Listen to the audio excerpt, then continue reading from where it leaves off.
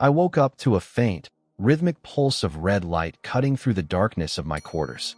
For a second, I thought it was some kind of alarm, another protocol violation, another reminder that I didn't belong here. But the palace was silent. Too silent. No guards outside. No distant echoes of movement through the corridors. Just that light. Blink. Pause. Blink. I pushed myself up from the narrow cot they had assigned me. If you could call a converted storage unit assigned quarters. The floor was cold under my feet as I stepped closer to the door. That's when I saw it. A small, sealed data chip rested on the ground just inside the threshold, as if someone had slipped it through the narrow gap beneath the door. No markings. No seal of authority. No message. Just that blinking red indicator. I crouched down slowly, scanning the corridor through the narrow slit. Empty. No footsteps. No shadows. Whoever left it knew exactly when to come. Just before the palace shifted from night silence to morning ceremony. I picked it up. It was warm. That was the first thing that didn't make sense. The second was that it was already active. I turned it over in my hand, feeling a subtle vibration beneath the casing. Whoever left this didn't want me to ignore it. Not a good sign, I muttered to myself. Because nothing in this palace ever came without a reason, and nothing ever came without a cost. I slipped the chip into my pocket just as the distant chime of the morning summons echoed through the halls. Perfect timing. Of course it was. By the time I entered the throne chamber, the entire court of Lithera was already assembled. Tall figures in polished, ceremonial armor. Flowing robes. Eyes that followed me like I was something dragged in from the dirt outside their perfect world. I took my place at the back, hands behind my back, expression neutral. Observer. Silent. Disposable. That's what I had been for 3 months. Queen Avellini didn't look at me at first. She never did. Not during councils. Not during ceremonies. Not even when I stood 10 feet away from her throne, memorizing every word, every gesture, every unwritten rule I was never meant to truly understand. But today was different. I felt it before she spoke. A shift. Subtle but real. The kind of tension that creeps into a room right before something breaks. Then her voice cut through the chamber. Ryan Hale will leave the palace before dawn tomorrow. No hesitation. No explanation. No emotion. Just a sentence that erased 3 months of my life like it meant nothing. A quiet ripple moved through the court. Not surprise. No, this wasn't unexpected to them. Satisfaction. I didn't move. Didn't react. Didn't even look up at her. Because I already knew the rule. Show nothing, or they'll take everything. Still, my fingers tightened slightly against each other behind my back. Not from anger. From the weight of something pressing in my pocket. That blinking red light suddenly felt a lot heavier. I didn't speak right away. That was the first thing they expected. A reaction. Anger. Confusion. Maybe even desperation. Anything they could dissect later. Turn into a report, a weakness, a reason. I gave them nothing. I stepped forward only when the silence stretched just a little too long, when even the nobles started shifting in anticipation. My boots echoed against the polished stone, every step deliberate, measured, controlled. I stopped at the center of the chamber, still not looking directly at the throne. May I ask the reason for my dismissal, Your Majesty? My voice came out rovnum. No edge, no challenge, just enough respect to follow protocol, not enough to bow my head. That alone made a few of them tense. I could feel it. High Chancellor Kale leaned slightly forward from his position near the throne, his lips curling into something that barely qualified as a smile. You require no reason, he said before she could answer. You were a guest, and guests leave when they are no longer useful. There it was. Not welcome, not respected, useful. I let that word sit in the air for a second. Then I nodded slowly. Understood. A few of them relaxed. Too soon. I finally raised my head. Not toward Kale. Toward her. Queen Avellini sat perfectly still, her expression carved from something colder than stone. No flicker. No sign she even heard me. But I knew better. Then I suppose I misunderstood my role here. I continued. Now the room shifted again. Subtle. Uneasy. I thought I was here to build something, I said. Understanding. Cooperation. Maybe even trust. A soft scoff came from somewhere behind me. I ignored it. Instead, I went on. I spent 3 months learning your language, your customs, your laws, while being housed next to your waste processing units. That got their attention. I heard it this time. A few sharp inhales. A whisper. Someone didn't know that. Good. I was escorted through corridors like I might contaminate the air. I added, keeping my tone steady. Servants avoided eye contact. Nobles didn't bother pretending I existed. I paused. Not for effect. For control. Because the anger was there now. Real. Heavy. And I wasn't going to let it show. I accepted that, I said quietly. Because I was told something about your people. Now I looked directly at her. For all the ceremony, you value truth. Nothing. No reaction. But I saw it. A flicker. Barely there. Gone in less than a second. I believed that, I continued. So I stayed. I listened. I learned. I endured. The chamber had gone completely still. No whispers now. No movement. Even Kale wasn't smiling anymore. But today, I said, you've made one thing very clear. I straightened slightly. Not defiant. Not submissive. Just present. You don't have a problem with me being human. That earned a few confused looks. Good. You have a problem with me seeing too much. That landed. Hard. Kale stepped forward immediately. Careful, human. I'm leaving. I cut in, calm but firm. That stopped him. I'm not challenging your authority, I said. I'm not asking to stay. I glanced around the chamber. At the nobles. At the guards. At the system that had already decided what I was worth. I'm just saying this isn't about protocol. I finished. Or diplomacy. I looked back at her. This time, I held her gaze. For 3 months, you ignored me. A small risk. A very real one. But you noticed everything, I added quietly. There it was again. That flicker. Stronger this time. Then gone. So I'll leave, I said. Not because I'm no longer welcome. I let that hang for a second. Because there's nothing left here that wants to be understood. Silence. Thick. Heavy. I held it just long enough. Then I bowed. Exactly 45 degrees. Exactly 3 seconds. Not a fraction more. Not a fraction less. When I straightened, I didn't wait for permission. Didn't look at anyone again. I turned and walked out. Behind me, I heard it. A quiet laugh. Kale. Finally, he said. The creature learns its place. I didn't react. Didn't slow down. Didn't stop. But as I stepped out of the chamber and the doors closed behind me, my hand brushed against my pocket.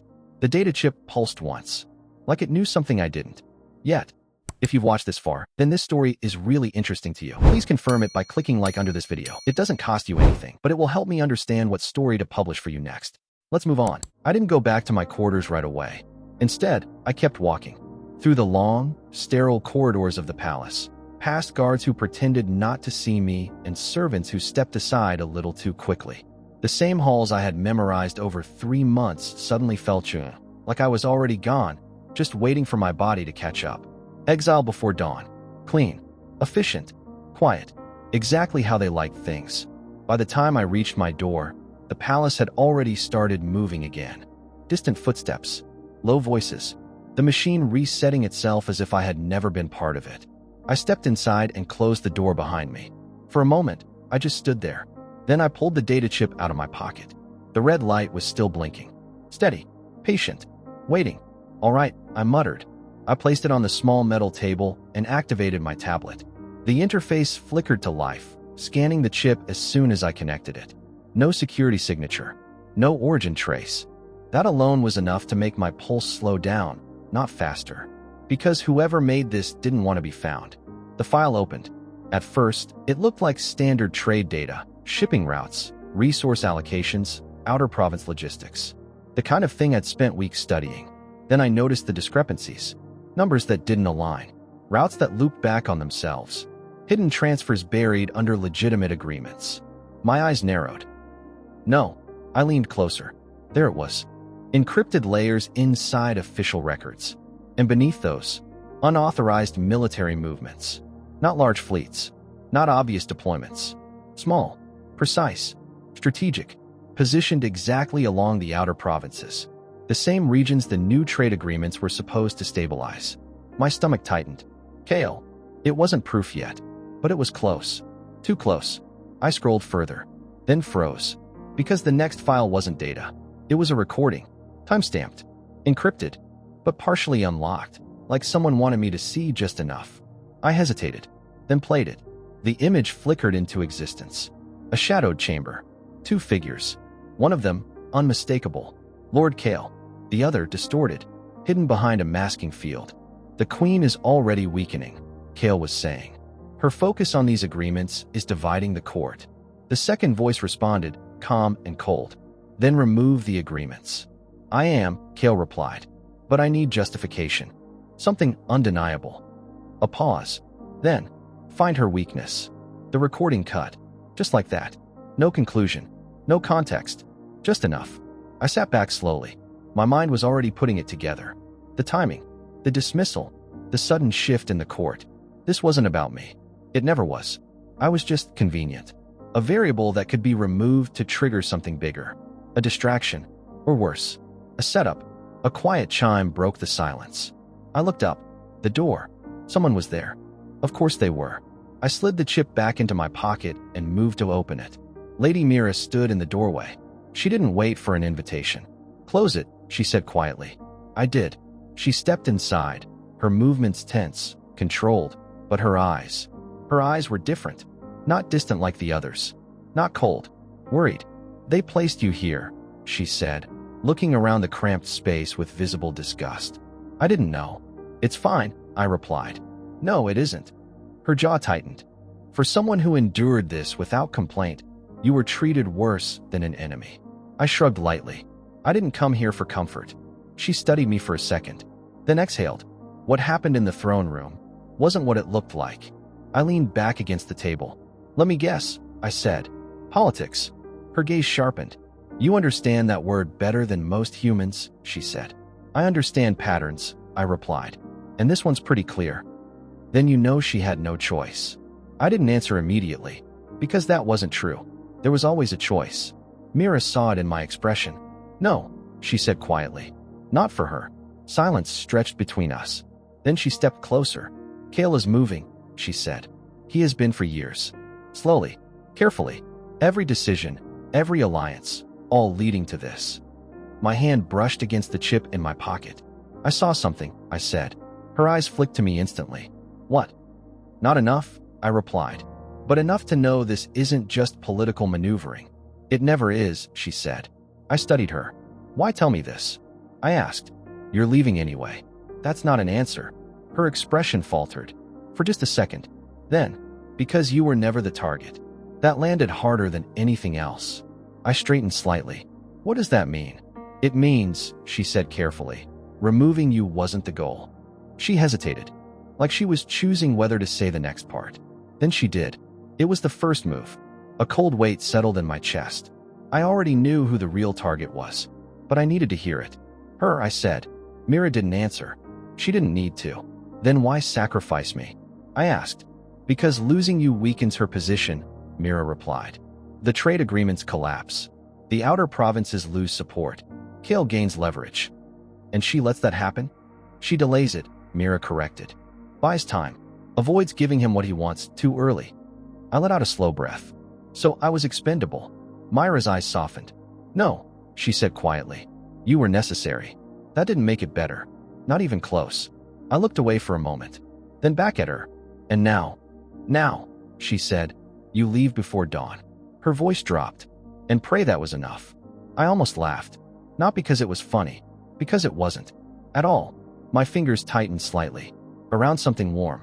Still pulsing. Still waiting. The chip. Yeah, I said quietly. About that. Mira left without finishing that sentence. Just like that. No explanation, no warning, no final piece of clarity to tie everything together. The door slid shut behind her, and I was alone again, with more questions than I had answers. That was becoming a pattern. I looked down at the data chip still hidden in my palm. The red light pulsed once, slow and steady, like a heartbeat that didn't belong to me. Yeah, I repeated under my breath. About that, but there was no one left to answer. I packed quickly. There wasn't much to take.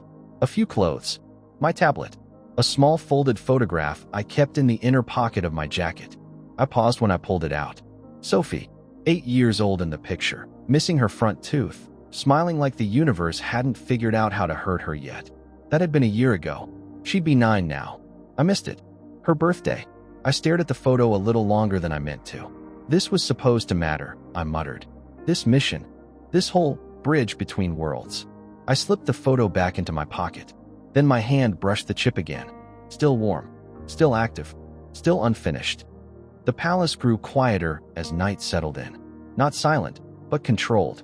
Every movement reduced, every sound contained. I sat on the edge of the cot, the chip now connected to my tablet again, staring at the fragmented data like it might rearrange itself into something clearer if I just looked long enough. Trade routes, hidden transfers, Kale's voice, and that second figure. Whoever they were, they mattered. A lot. But the file cut too early. Deliberately. Someone had given me just enough to understand the danger. Not enough to stop it. Unless... No, I said quietly. Unless I was supposed to figure the rest out. A sound broke the silence. Soft. Uneven. At first, I thought it was just the ventilation system. This part of the palace always made strange noises.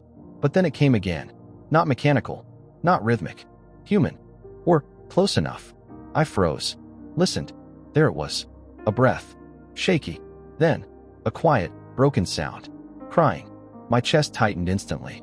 Because in 3 months, I had never heard that. Not once. Not from them. Not from anyone in this palace. I stood slowly and moved toward the door. Every instinct I had told me to ignore it. Protocol. Survival. Common sense. This wasn't my problem anymore. I was leaving. But the sound came again. Softer this time. And something in it. Something real. Pulled me forward. I opened the door. She was sitting on the floor. Right there in the corridor. Queen Avellini. Her back against the cold stone wall. Her head lowered. White hair partially hiding her face. Her robes, still the same ones from the throne room, were slightly disheveled, no longer arranged with that impossible precision she carried like armor. Her shoulders trembled. Not dramatically, not loudly, just enough to tell the truth. For a moment, I didn't move, didn't speak, didn't even breathe properly. Because this didn't fit. This didn't belong. This wasn't the queen. This was something else. Something no one was ever supposed to see. Your Majesty. The words came out quieter than I expected. She stiffened instantly, then slowly looked up. Her eyes, red, wet, unhidden. And when she realized I was standing there, everything in her expression shattered. Not just embarrassment, not just anger, something deeper, something closer to fear. Go back inside, she said quickly. Her voice cracked. Just once. You saw nothing. That was the command. Clear, direct, absolute. I should have obeyed. Every rule I had learned in this place told me to close the door and forget this ever happened. Instead, I stepped out into the corridor and sat down beside her, close enough to break at least 5 different protocols at once. Yeah, I said quietly, leaning back against the wall. I don't think I'm going to do that. She turned her head slowly, staring at me like I had just done something completely incomprehensible. You cannot sit beside me, she said. You're not on the throne, I replied. That hit something. I saw it. A crack. Small, but real. And technically, I added, you dismissed me. I shrugged slightly. So I'm no longer bound by palace protocol. Silence. Heavy. Strange. She should have called guards. She should have stood up, fixed herself, erased this moment like it never existed. Instead, a sound escaped her. Not quite a laugh. Not quite a sob. Something in between. You are either very brave, she whispered, or very foolish. I've been called both, I said. That almost earned a real smile. Almost. For a while, neither of us spoke. The corridor stayed empty. The palace kept pretending nothing was happening. I glanced down at my hand. The chip, still there, still warm. I hesitated, then pulled it out. The red light blinked again. She noticed immediately. Her eyes locked onto it. And for the first time since I stepped outside, I saw something new in her expression. Recognition. Where did you get that? She asked quietly. Someone left it outside my door, I said.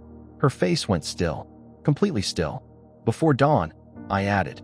Her fingers tightened slightly against the fabric of her robe. That wasn't meant for you to find, she said.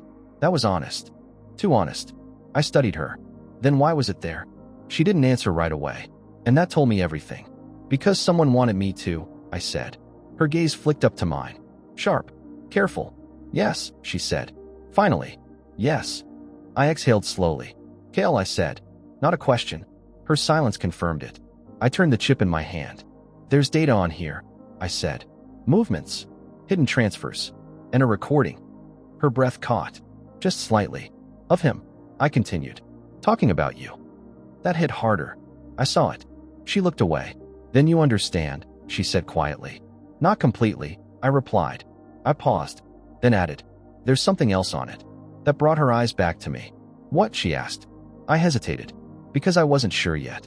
Not fully, but I felt it. Buried deeper in the file. Encrypted. Locked. Personal. I think, I said slowly, it's not just about Kale.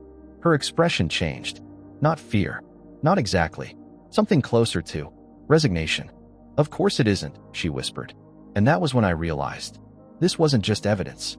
This was leverage. And somehow, it was tied to her. Directly. She didn't take the chip from me.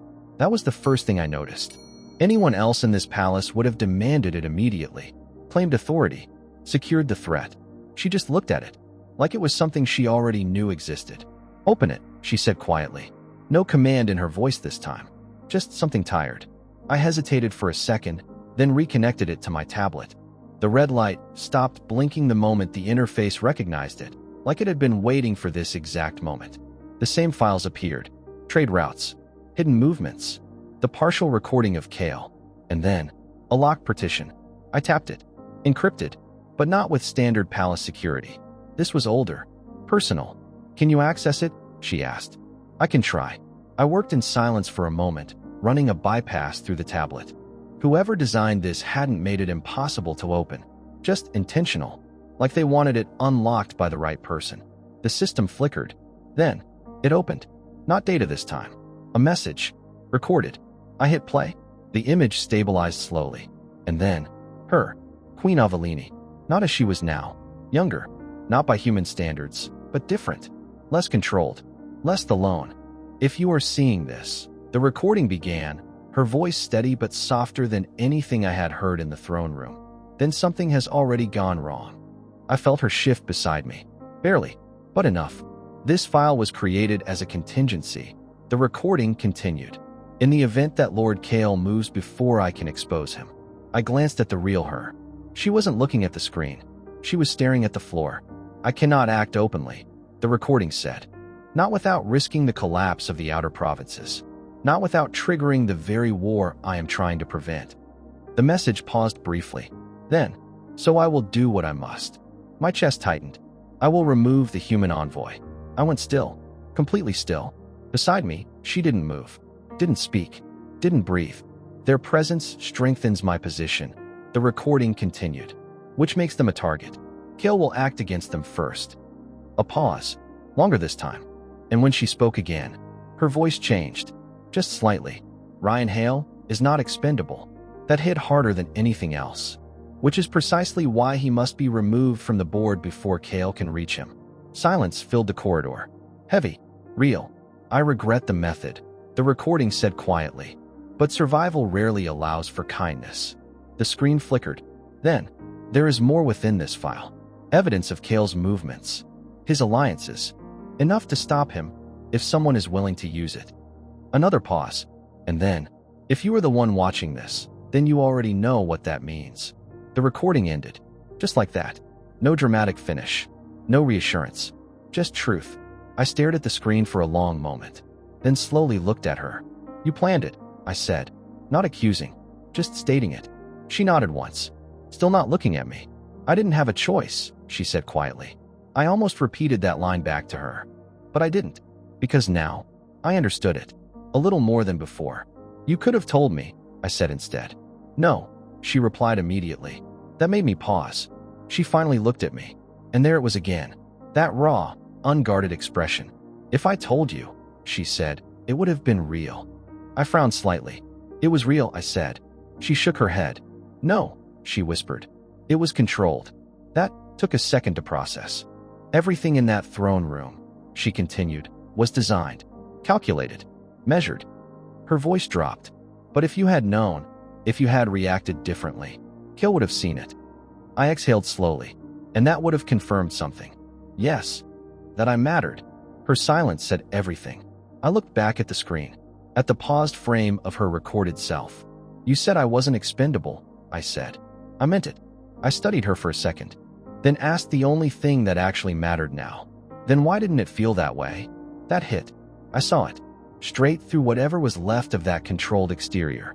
Because, she said quietly, I have spent 4 centuries learning how to make necessary things look cruel. Silence.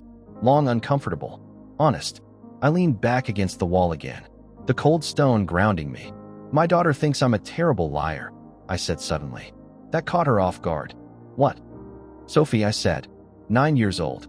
She can tell when I'm hiding something before I even open my mouth. A small pause. Then, she'd hate this place, I added.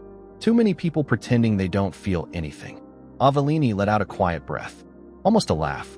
She would be correct, she said. I glanced at her. You ever get tired of it? Her answer came instantly. Yes. No hesitation. No mask. Just truth. All the time. Another silence settled between us. But this one was different. Lighter. Less guarded. I looked down at the chip again. At everything inside it. At everything it meant. You know this doesn't end here, I said. No, she replied. He's already moving. I know. They're going to come after you. Her expression hardened slightly. Just a little. They already have. I nodded. Then looked at her. Really looked. Not the queen. Not the ruler. The person sitting next to me on a cold floor at night. You sent me away to protect me, I said. Yes. And now? She didn't answer immediately, because she knew what I was asking. What I was really asking. Then, I don't know, she admitted. That might have been the most honest thing she'd said all night. I stood up slowly. She followed my movement with her eyes. What are you doing? She asked. I extended my hand toward her. Simple. Human. No protocol. No hierarchy. Just an offer. We've got a few hours before dawn, I said. She stared at my hand like it didn't make sense. Like it shouldn't exist. In your world, she said quietly, this is normal. Yeah. In mine, it isn't. I figured. A pause. Then I added, good thing I'm not from your world. That almost broke through again. That almost smile. She looked at my hand one more time. Then, slowly, carefully, she reached up and took it. Her fingers were cool, uncertain, like she hadn't done this in a very long time. Maybe ever. I pulled her to her feet, and for a moment, we just stood there. Close. Too close by palace standards. Not close enough for anything else. What now? She asked quietly. I thought about that. About the chip. About Kale. About everything that was about to happen. Then I shrugged slightly. Now, I said, we stopped pretending. We didn't go back inside. Not to my quarters. Not to the throne halls. Not to anywhere we were supposed to be. Instead, she turned and walked down the service corridor. And for the first time since I had met her, I followed her without wondering if I was making a mistake. The palace changed the deeper we went. The polished stone gave way to older walls. Less perfect. Less watched. The kind of places power forgot existed. Where are we going? I asked quietly. Somewhere I am not the queen, she replied. That answer made more sense than it should have. We passed through a narrow archway and stepped into a hidden courtyard. I stopped. It wasn't large, not grand, not impressive by imperial standards, but it was alive. Soft, glowing plants lined the edges of the space, their light pulsing faintly under the night sky. The twin moons hung above us, casting a pale blue glow across everything. The air here felt different, quieter, real. I used to come here as a child, she said, moving toward a small stone bench at the center. Before I learned where I was allowed to exist, I walked in slowly, taking it in. This place isn't on any official map, she added. No one important comes here. Good, I said. She glanced back at me. Why? Because that means no one's watching. That earned a faint, tired smile. Always thinking like a survivor, she said. Always, I replied. She sat down on the bench. For a moment, I hesitated, then sat beside her. No hesitation this time. No protocol. Just choice. We stayed silent for a while. Not awkward. Just still. You spoke about your daughter, she said finally. Yeah. You miss her. Every day. She nodded slowly, looking up at the moons. Then why stay? She asked. Why come here, knowing what you would lose? I leaned forward slightly, resting my elbows on my knees. Because someone has to try, I said. Bridges don't build themselves. She absorbed that quietly. And was it worth it? She asked. That question hit harder than anything else tonight. I thought about Sophie, about Earth, about everything I had lost and everything I had almost gained. I don't know, I admitted. Then I glanced at her. Ask me again tomorrow. She exhaled softly. That is a very human answer. Means I don't have one yet. That is also very human. We sat there for a moment longer. Then she spoke again. I have ruled for 4 centuries, she said. Do you understand what that means? I shook my head slightly. Not really. It means I have watched everyone I have ever cared about disappear. Her voice didn't break, but something inside it did. Friends, she continued. Allies. Family. She paused.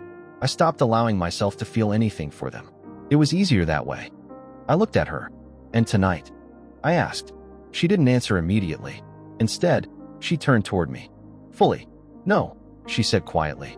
Tonight was not easier. That was the most honest thing she had said all night. Maybe ever. I nodded slowly. Yeah, I said. It usually isn't. She studied me. You speak as if you understand. My wife died 3 years ago. That stopped her. Completely.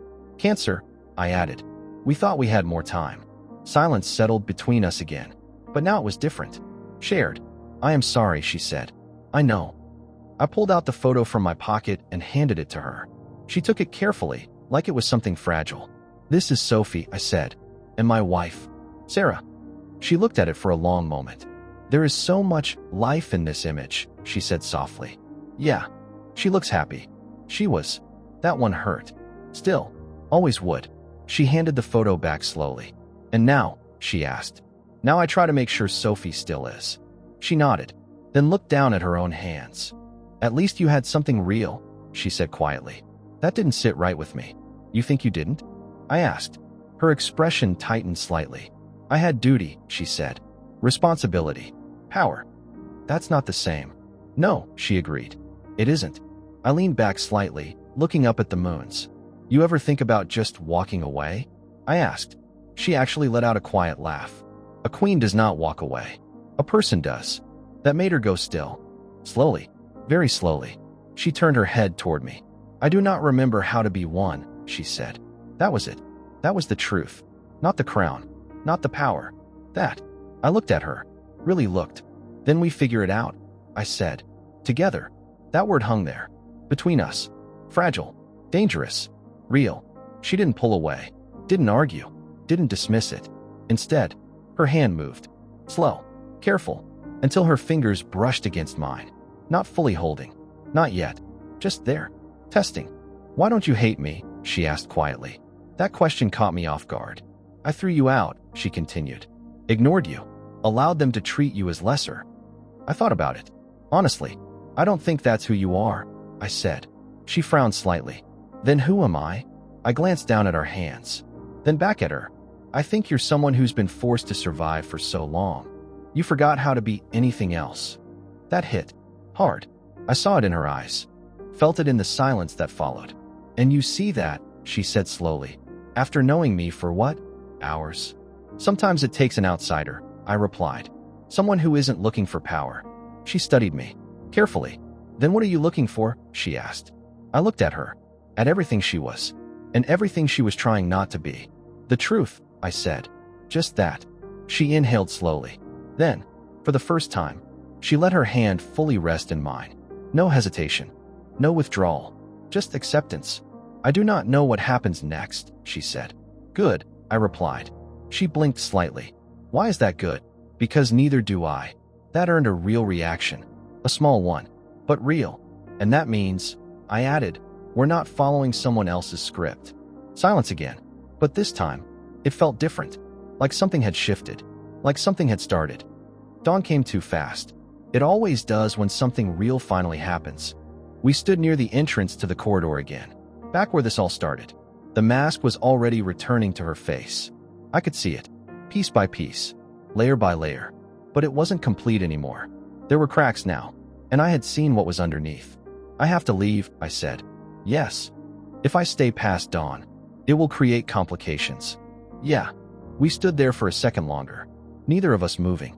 Neither of us saying what we were actually thinking. Then she stepped closer. Just slightly. Ryan, she said. That alone was new. No title. No distance. Just my name. What we spoke about, it cannot. I know. I cut in gently. She nodded. But something in her expression said she didn't want that to be true. I stepped forward and, without thinking too much about it, covered her hand with mine. Just for a second. I don't regret it, I said. Whatever happens. Her fingers tightened slightly. Then she let go. I turned, walked away, didn't look back. Because if I did, I wasn't sure I would leave at all. The transport left the palace grounds just as the first light broke over the horizon. I sat in silence, watching the city of Lithra fade behind me. Beautiful, distant, complicated. My hand rested against my pocket. The chip was still there, still warm, still unfinished. I exhaled slowly. Yeah, I muttered. This definitely isn't over. I didn't know how right I was. Not yet. I didn't make it to the spaceport. Halfway there, my tablet lit up with an Imperial signal. Myra's face appeared, tight, urgent. Turn back. Now. I didn't ask twice. By the time I reached the high chamber, the council had already begun. Avalini stood alone in white, stripped of her crown, while Kale spoke of weakness like it was a crime. I didn't wait. I invoked the law of Araleth. Silence fell as I stepped forward. Every eye locked on me. Avalini looked surprised. Then something else. Hope. I name him, she said. That was enough. Kale argued. The council listened. And then I spoke. Not about power. Not about rules. About truth. About a ruler who carried for centuries without breaking, in the one moment she allowed herself to feel. Then I revealed the chip. Kale's plans. His lies. His betrayal. The room turned on him faster than I expected. The verdict came. Avalini stood. Kale fell. Just like that. I slipped out before the celebration. Found the same quiet garden. She followed. No crown. No mask. Just her. You came back, she said. You were worth it. That was enough. Weeks later, the court changed. An alliance. An embassy. A future no one expected. And at the center of it, her and me. Still impossible. Still uncertain. But real. I took her hand under the twin moons. I'll stay, I said. Then we build something new, she whispered. And for the first time, neither of us was alone. Thank you for listening to this story to the end. Don't forget to like and subscribe. Write in the comments what moment in this story impressed you the most. And also check out the other videos that just appeared on your screen. See you in the next video.